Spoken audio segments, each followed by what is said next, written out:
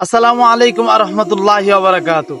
আমি ঠিক এমন একটা সমাপ্তির অপেক্ষা করতেছিলাম যে সমাপ্তিটা করে দেখিয়েছেন আমাদের মুফতি গিয়াসউদ্দিন তাহিরি হুজুর। চলুন আমরা প্রথমে তার ভিডিওটা দেখি, তারপর আপনাদের সাথে বিস্তারিত আলোচনা করি।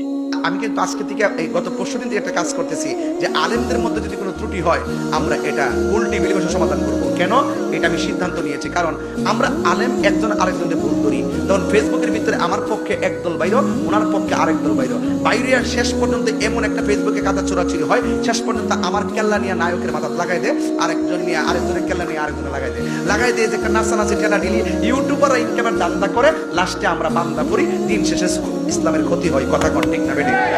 এই জন্য আমি সব করোনার আলেমদেরকে বলবো, যদি আপনাদের মধ্যে কোনো সমস্যা থাকে আপনারা একটা কাজ করবেন, ব্যক্তিগতভাবে ফোন দিবেন, ফোন দিয়ে এক জায়গায় বসবেন, বৈশা সমাধান করবেন। কিন্তু ওই যে অনলাইনে ফেসবুকে ওই ওই ধান্দাবাজকে সুযোগ দেওয়া যাবে না।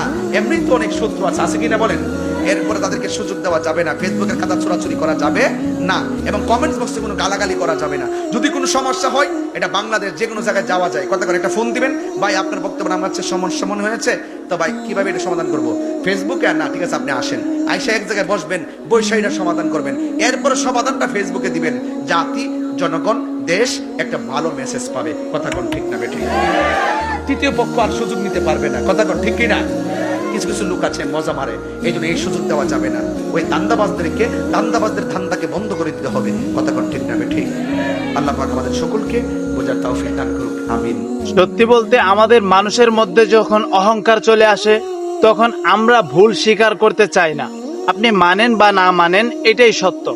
যখন আমরা ভাবি যে আমি তো তার থেকে বড়, আমি কেন তার কাছে নিচু হব, আমি তো তার থেকে সম্মানিত, আমি কেন তার কাছে ভুল স্বীকার করব, এগুলো যখন আমাদের নিজেদের মধ্যে অহংকার চলে আসে তখন ধ্বংসের পথে যায়।